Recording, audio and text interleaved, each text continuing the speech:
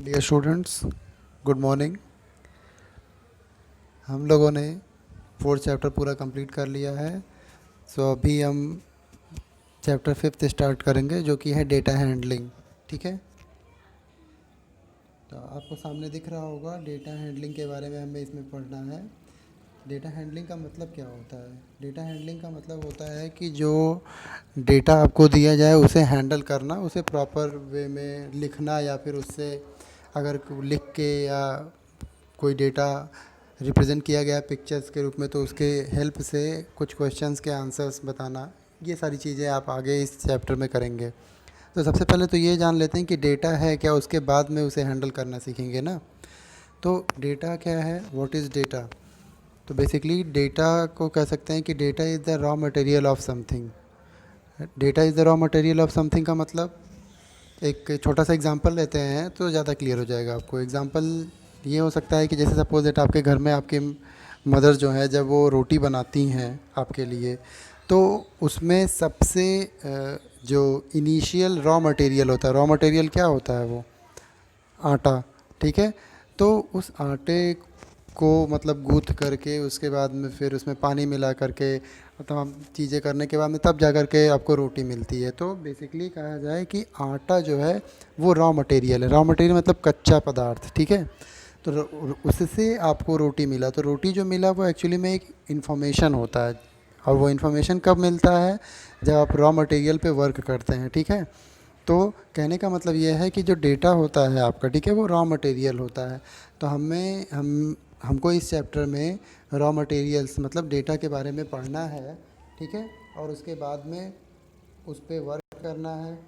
ठीक है, और जो क्वेश्चंस पूछे जाएंगे उनके आंसर्स देने हैं। ठीक, चलिए। तो सबसे पहले इसमें देखिए कुछ टॉपिक्स हैं, वो आप जान लीजिए, तब जा कर के आप अपने एक्सरसाइज पे जा सकते हैं। तो उस टॉपिक में सबसे पहला जो टॉपिक है आपका वो है पिक्टोग्राफ। तो पिक्टोग्राफ क्या है? देखिए, पिक्टोग्राफ का मतलब होता है पिक्टोरियल रिप्रेजेंटेशन ऑफ डेटा। मतलब जब डेटा को पिक्चर्स के रूप में रिप्रेजेंट किया जाए तो उसे हम पिक्टोग्राफ कहते हैं। मतलब जैसे यहाँ पे देखिए कार्स की बात की गई है कि किसी एक कंपनी की जो कार्स है, किस मंथ में कितने कार्स सेल हुई।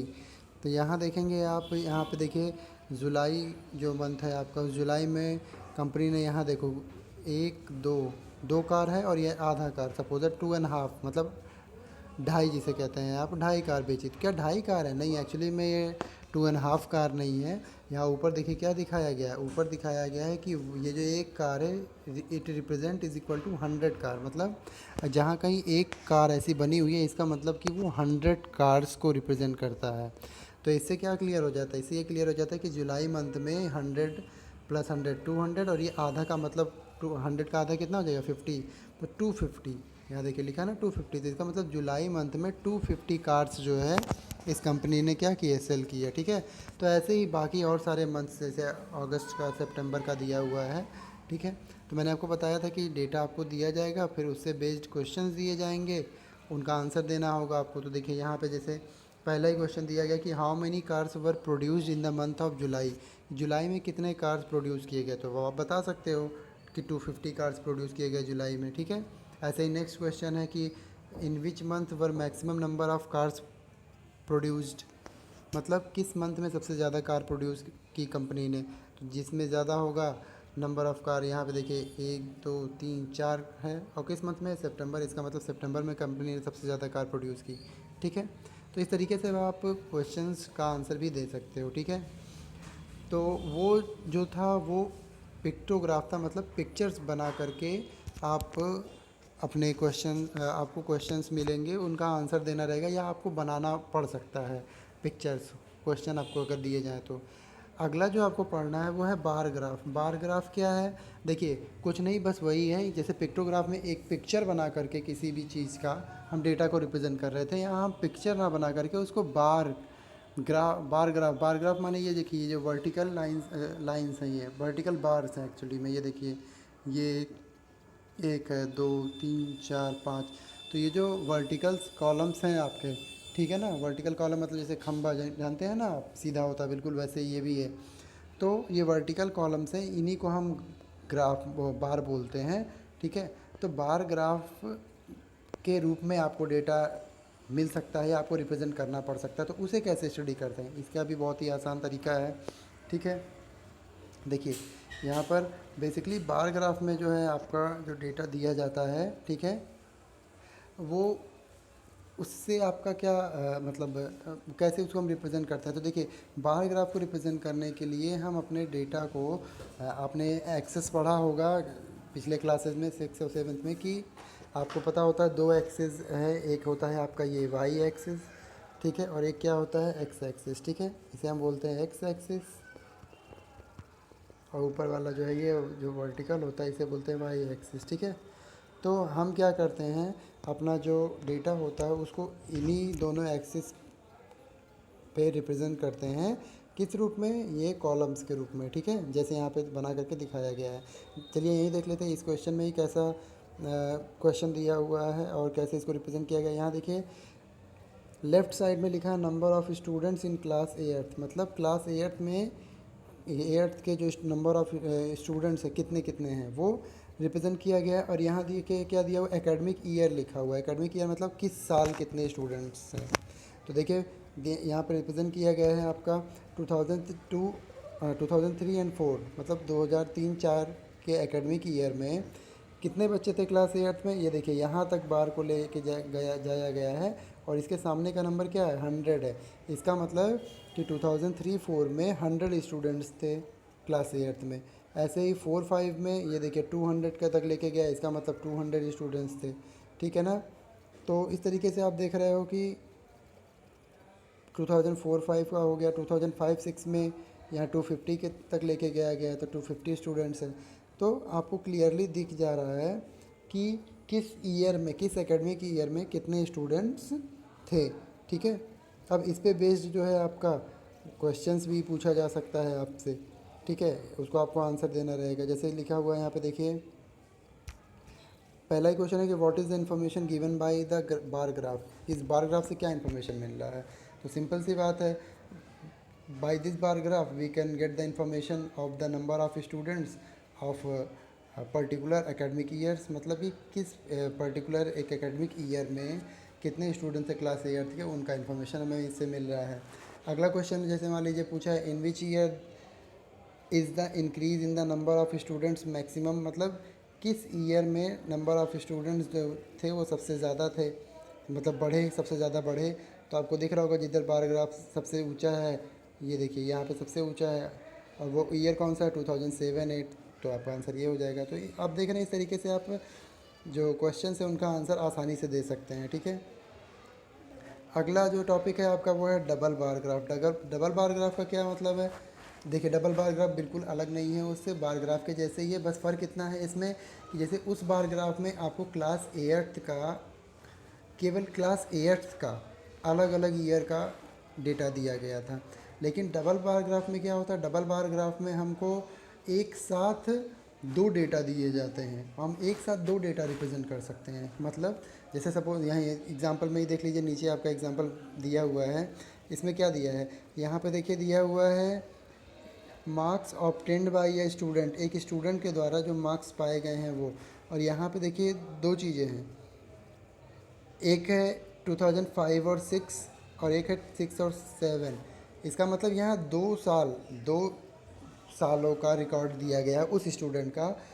जैसे ये देखिए जो ब्लैंक है, ठीक है, उस ब्लैंक को 5 और 6 से रिप्रेजेंट किया गया, तो ये इसका मतलब ये जो ब्लैंक वाला है ये 2005 और 6 रिप्रेजेंट करेगा, जबकि ये जो कलर्ड है ये 6 और 7 रिप्रेजेंट करेगा। ठीक है ना, तो चलिए हम देखते हैं इसमें। देखिए मैथ्स का, सोशल साइंस का, साइंस, इंग्लिश और हिंदी, ये सारे सब्जेक्ट्स का इन्फॉर्मेशन यहाँ दिया हुआ है। जैसे अगर मान लीजिए मैथ्स की हम बात करते हैं पहले, ठीक है, तो मैथ्स में देखिए जो ब्लैंक वाला है ये कहाँ तक गया, इसकी हाइट कहाँ तक गई है, इसकी हाइट गई है 30 तक, कहाँ तक, 30 तक। और ये जो कलर्ड वाला है इसकी हाइट कहाँ तक गई है, 60 तक। तो इससे क्या पता चलता है हमें, इससे हमें ये पता चलता है कि 2005 और 6 में जो स्टूडेंट था उसका मैथ्स में मार्क्स कितना था, 30 था। यहाँ देखिए 30 है, ठीक है, हटा देता हूँ, कितना था, ये देखिए 30 था। ठीक है, और वैसे ही उसी स्टूडेंट का 6 और 7 में मार्क्स कितना था, 6 और 7 जो एकेडमिक ईयर उसमें 60 मार्क्स था, ठीक है। तो इससे आपको ये पता चल गया कि एक उसी स्टूडेंट का देखिए 2 रिकॉर्ड मिल गया ना आपको, एक 2005 और 6 का, जबकि दूसरा है 2006 और 7 का।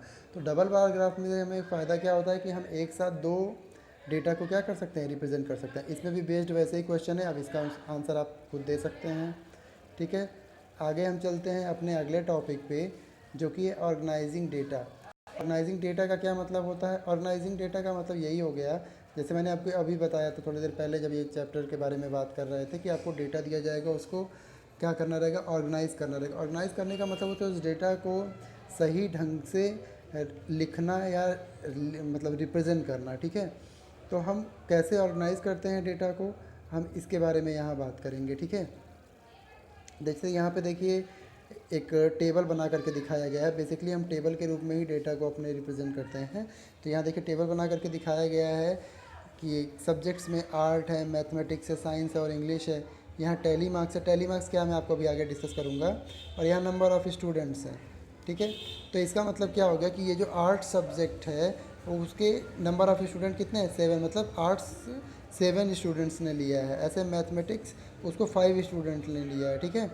तो इस तरीके से आप देख रहे हैं कि यहाँ पे एक टेबल बना करके डेटा को रिप्रेजेंट किया गया है, ठीक है। तो ऑर्गेनाइजिंग डेटा में हम क्या करेंगे, ऐसे ही टेबल बना करके अपने डेटा को रिप्रेजेंट करेंगे, ठीक है।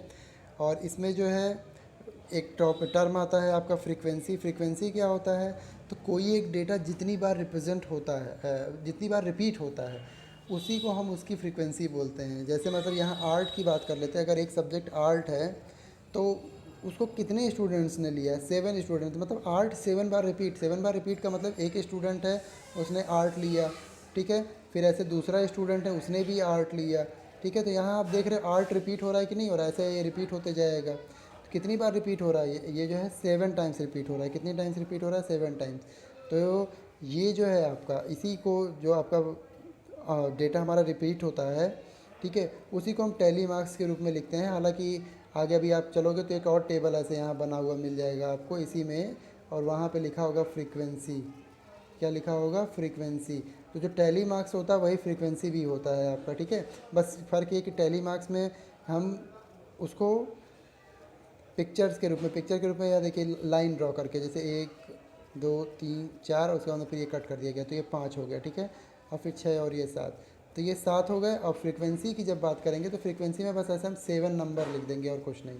यही डिफरेंस है दोनों में, बाकी दोनों सेम है। तो टैली मार्क्स में होता क्या है, हमें जितनी भी चीज़ें रिपीट होती हैं हम उसको लाइन के थ्रू रिप्रेजेंट करते हैं। लेकिन याद रहे कि 4 लाइन से ज़्यादा नहीं होता। 4 लाइन से जब ज़्यादा होता तो उसे हम क्रॉस कर देते। जैसे मैंने आपको यहाँ पे 1 2 3 और 4, मान लीजिए 4 है तो 4 तक ऐसे रहेगा। लेकिन अगर 5 होता है डेटा तो हम उसे ऐसे कट कर देते, ठीक है, ये 5 हो गया। अब मान लीजिए 6 होता है तो 6 के लिए फिर से हम दोबारा आगे, ऐसा नहीं कि इसे दोबारा से कट करेंगे, नहीं, इसके लिए हम अलग से फिर एक लाइन ड्रॉ करेंगे। तो ये 6 हो गया, 7 के अगर ऐसे करना तो ये ऐसे 8 का हो गया, 9 का हो गया। मान लीजिए 10 हुआ तो फिर ऐसे कट कर देंगे, 11 के लिए फिर एक बढ़ा देंगे। तो आप ये देख रहे हैं इस तरीके से टैली मार्क्स हम रिप्रेजेंट करते हैं, ठीक है। अब अगला जो टॉपिक है आपका वो है ग्रुपिंग डेटा। डेटा को ग्रुप करना। तो ग्रुपिंग हम डेटा का क्यों करते हैं, तो अभी मैंने आपको दिखाया यहाँ पे ऊपर बताया था कि डेटा को हम ऑर्गेनाइज करते हैं ताकि हमें उससे यूज़फुल इन्फॉर्मेशन मिल सके, ठीक है। तो ग्रुपिंग डेटा क्या है, ग्रुपिंग डेटा का काम भी बेसिकली यही होता है, डेटा को ऑर्गेनाइज करना। लेकिन जब थोड़े मोड़े डेटा होते हैं, मतलब स्मॉल अमाउंट का डेटा होता है, तब तो आप उसे ऐसे जैसे टेबल मैंने बनाया उसमें आप टैली मार्क्स के ज़रिए रिप्रेजेंट करके दिखा सकते हो। लेकिन जब लार्ज डेटा की बात है, लार्ज डेटा की मतलब जहाँ पे 1500 या उससे भी ज़्यादा डेटा की बात आ जाए, या आपके क्लास की बात आ जाए, जैसे सपोज दैट एक क्लास में मान लीजिए 70 स्टूडेंट्स हैं, ठीक है। तो उसमें कि उन 70 स्टूडेंट का किसी एक कोई रिकॉर्ड बनाना हो अगर, तो उस टाइम में जब आप डेटा को अपने रिप्रेजेंट करने की कोशिश करेंगे सिंपल टेबल के रूप में, तो वो काफ़ी लंबा हो जाएगा। तो उससे बचने के लिए हम क्या करते हैं, अपने डेटा को ऑर्गेनाइज करते हैं, मतलब क्या करते हैं, ग्रुप बनाते हैं उसका, इसी को बोलते हैं ग्रुपिंग ऑफ डेटा। तो डेटा का ग्रुप कैसे बनाते हैं और इसको कैसे रिप्रेजेंट करते हैं, इसके बारे में चलिए यहाँ देख लीजिए। नीचे एक टेबल बना करके दिखाया भी गया है आपको। अब इस टेबल में यहाँ देखिए ग्रुप्स लिखा हुआ है, ठीक है। यहाँ टैली मार्क्स है और ये फ्रीक्वेंसी, मैंने आपको बताया था फ्रीक्वेंसी मिलेगा आगे। तो टैली मार्क्स और फ्रीक्वेंसी तो सेम होता है, ठीक है। लेकिन यहाँ पे जो एक अगला एक ये ग्रुप बना हुआ, ये देख लीजिए ये क्या है। पहले तो ये देख लेते हैं क्वेश्चन किसका किस इस क्वेश्चन में क्या दिया हुआ है। यहाँ क्वेश्चन में बेसिकली दिया हुआ है कि marks out of 50 obtained in mathematics bye 60 student of class 8। मतलब ये एक ऐसा डेटा दिया गया, देखिए यहाँ डेटा नीचे सीधे सीधे सिर्फ नंबर्स लिखे हुए हैं, ठीक है। ऐसे ही जब आप लिखेंगे तो काफ़ी लंबा हो जाएगा, तो वो ना करके हमें क्या करना है, इसको छोटे रूप में लिख करके दिखाना है और सरल रूप में लिख करके दिखाना है। तो उसी के लिए टेबल बनाया जाएगा जिसमें हम ग्रुपिंग करेंगे। तो यहाँ देखिए आपको पता होना चाहिए कि ये मार्क्स दिए गए हैं सारे स्टूडेंट्स के, ठीक है। क्लास 8 के ये स्टूडेंट हैं और कितने स्टूडेंट हैं, 60 स्टूडेंट्स हैं, 60, ठीक है। बस इसको ध्यान में रखिएगा। तो अब हमने किया क्या है यहाँ पे, यहाँ देखिए जो ग्रुप बनाया है, यहाँ पे ग्रुप में ये एक्चुअली में मार्क्स लिखे हुए हैं, ठीक है। एक एक ग्रुप का, जैसे सपोज दैट मान लीजिए ये 0 to 10, तो ये 0 to 10 क्या है, मार्क्स रिप्रेजेंट कर रहा है कि 0 से लेकर के 10 के बीच में कितने स्टूडेंट हैं जिनको मार्क्स मिले। तो यहाँ देखिए टैली मार्क्स में 2 है और फ्रीक्वेंसी में 2 है, मतलब क्या ऐसे 2 स्टूडेंट्स हैं जिनको 0 से लेकर के 10 के बीच में मार्क्स मिले हैं। ऐसे ही आगे जो है आपका 10 से 20, ये एक ग्रुप बनाया गया है। 10 से 20 के ग्रुप का मतलब क्या हो गया कि ऐसे स्टूडेंट्स इस ग्रुप में आएंगे जिनके मार्क्स 10 से लेकर के 20 के बीच में होंगे, ठीक है। तो यहाँ पे देखिए लिखा हुआ फ्रीक्वेंसी 10, इसका मतलब सिंपल सी बात है कि ऐसे कितने स्टूडेंट्स होंगे, 10 होंगे। फिर ऐसे ही 20 से 30, 30 से 40, 40 से 50 और 50 से 60 तक का जो है यहाँ पे बनाया गया है, ठीक है।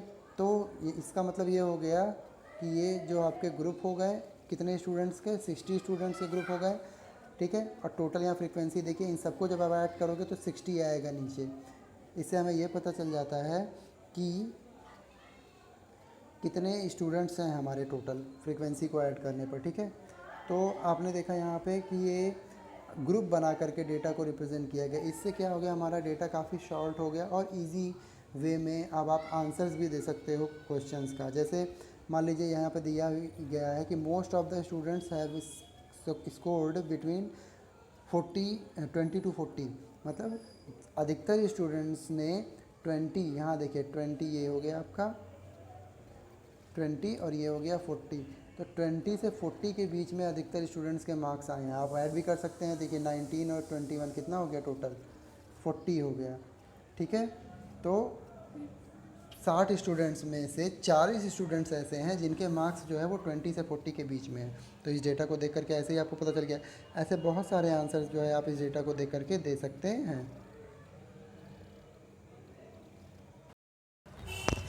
चलिए अब इसमें आपने इस टेबल में कुछ चीज़ें मुझे आपको बतानी है ताकि आपको इस ये टेबल समझना और भी आसान हो जाएगा आपके लिए।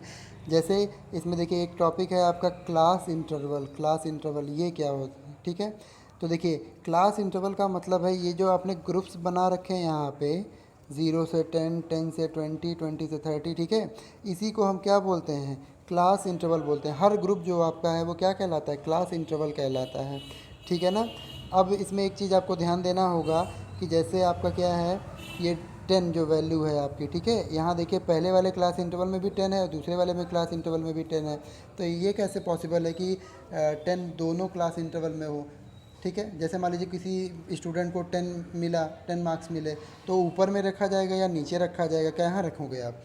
तो ये कन्फ्यूज़न जो है ये क्लियर करने के लिए याद रखिएगा आपकी जो डेटा रिपीट होता है उस डेटा को हम हायर वाले क्लास इंटरवल में रखते हैं। हायर वाले क्लास इंटरवल में रखने का मतलब क्या कि अगर 10 आता है, ठीक है ना, 10 मार्क्स आते हैं तो उसको हम देखिए 0 से 10 यहाँ पे भी है और 10 से 20 यहाँ पे भी है।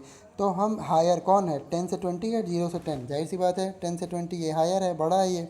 तो हम 10 जो मार्क्स आएगा उसको यहाँ पे रखेंगे सेकंड वाले क्लास इंटरवल में, ना कि फर्स्ट वाले में नहीं रखेंगे, ठीक है। ऐसे मान लीजिए अगर आपको 20 लिखना हो, ठीक है, तो 20 आप देख रहे हो सेकंड वाले में भी है 10 से 20, तो 20 यहाँ आ रहा है और थर्ड वाले में भी 20 से 30 है। तो 20 को कहाँ, अगर मान लीजिए 20 मार्क्स आपको रिप्रेजेंट करना है या रखना है तो किस में रखेंगे, सेकंड वाले में या थर्ड वाले में, तो नहीं, सेकंड में नहीं रखेंगे, थर्ड में रखेंगे। क्यों, क्योंकि हायर वाले में हम रखते हैं, हायर क्लास इंटरवल में, ठीक है। तो इसको ध्यान रखिएगा। और एक और बात, यहाँ पे जो ये क्लास इंटरवल है, इस क्लास इंटरवल में जैसे 0 से लेकर के 10 लिखा हुआ है, ठीक है। तो 0 जो होता है इसे हम बोलते हैं लोअर क्लास लिमिट, ठीक है, लोअर क्लास लिमिट। और ऐसे ही 10 को बोलते हैं अपर लिमिट या फिर अपर क्लास लिमिट, ठीक है। तो इस बात का ध्यान रखिएगा आप लोग कि जो किसी इंटरवल में, किसी क्लास इंटरवल में जो छोटी वाली वैल्यू होती है उसको लोअर और जो बड़ी होती है उसको अपर क्लास लिमिट बोलते हैं हम, ठीक। और बाद में यहाँ पे एक और चीज़ है, क्लास विड्थ या क्लास साइज़। तो क्लास विड्थ या क्लास साइज़ का मतलब होता है आपने जो भी क्लास लिया है, ठीक है, उसकी साइज़ क्या, साइज़ का मतलब बेसिकली होता है difference between upper limit and lower limit. जैसे मान लीजिए 10 से लेकर के 20 कोई क्लास है, आपकी क्लास इंटरवल है कोई, तो इसकी साइज़ क्या है, तो इसकी साइज़ के लिए हम क्या करेंगे, अपर लिमिट इसमें है 20, तो 20 माइनस कर देंगे लोअर लिमिट क्या है 10, तो 20 माइनस 10, तो आंसर आएगा 10। इसका मतलब आपके क्लास की साइज़ जो है वो कितनी है, 10 है, ठीक है ना। क्लास साइज़ का मतलब 10 का क्या मतलब हो गया कि ये जो मार्क्स है 10 से लेकर के 20, ठीक है, ये मार्क्स इस क्लास में आपका जो है वो रहेगा, ठीक है। तो 10 से 20 के बीच में जितने भी स्टूडेंट्स मार्क्स पाए होंगे वो सारे इसी क्लास में रहेंगे, 10 से 20 वाले में। और ये टोटल कितने होंगे, वो 10 होंगे। चाहे तो आप काउंट कर लो, 10 से स्टार्ट करो और 19 तक जाना है, क्योंकि 20 लेना नहीं है, क्योंकि 20 तो अगले में लिया जाएगा, ठीक है। चलिए, तो अब इससे आगे भी और टॉपिक है, लेकिन वो टॉपिक मैं इस वीडियो में डिस्कस नहीं करूँगा क्योंकि ये वीडियो काफ़ी लंबा हो जाएगा। तो आगे का जो टॉपिक है आपका, जैसे बार विथ है डिफरेंस, ठीक है, ये हम अगले टॉपिक मतलब अगले वीडियो में डिस्कस करेंगे, ठीक है। तब तक के लिए आप जितना मैंने इसमें बताया है इसको ध्यान से पढ़िए, और कोई प्रॉब्लम होता है तो फिर मुझसे उसे कंसल्ट कीजिए, ठीक है।